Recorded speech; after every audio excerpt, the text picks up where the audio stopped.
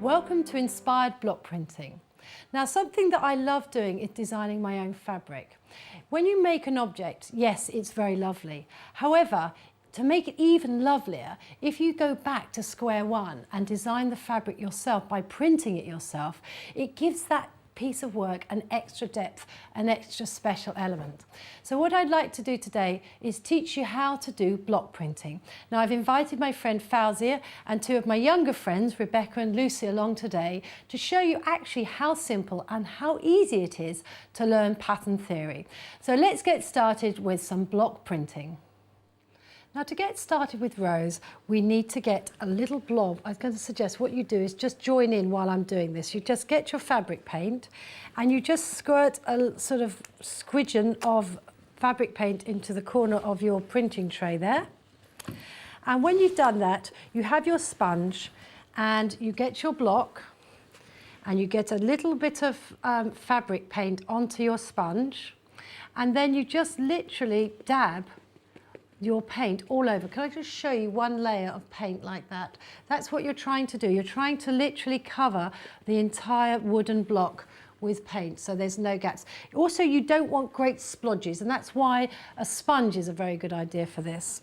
And because we're going to be doing rows, I like to generally start in the middle and push the block down with my hands, just like this. Can you see? Just go to the middle, push your hands down, and then when you peel the block off, you end up with a very clear, crisp image, which I think really is just lovely. And that's the first step of your fabric design.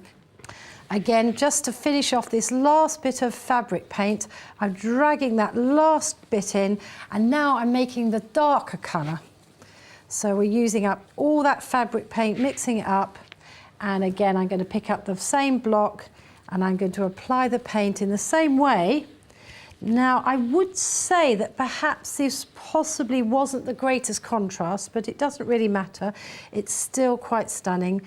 And can I just show you how beautiful that is? Can you see how the eye wants to kind of go into the fabric to see the background images? You've now created a fabulous stash of beautiful fabrics that are totally unique, that do not exist anywhere in the world. Now, the question is, what are you going to do with these pieces of fabric? Well, something that every woman always can never have too many of is bags. And you can see from this space-dyed piece of fabric, we've block printed the purple over in rows, and that really works well. Have a look at that, Rebecca, and have a see what you think. So you can create a number of different types of bags. Have a look at this one as well, Fauzia.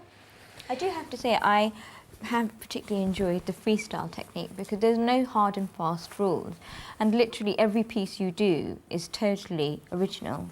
Have you any ideas what you're going to do with your piece of fabric? Have to think about that one, won't you? Maybe perhaps make it into an apron. That'd be lovely.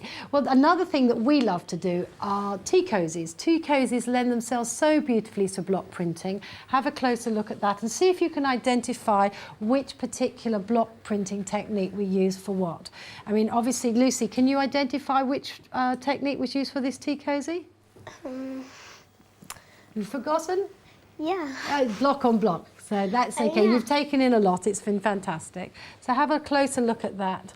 Now, the other thing that we created was some serendipity cloth. If you remember when we were cleaning our sponges and our blocks, we had paint that would have otherwise gone down the sink, and we wiped them onto some white fabric. Now, we've actually ironed these up so they're heat fixed.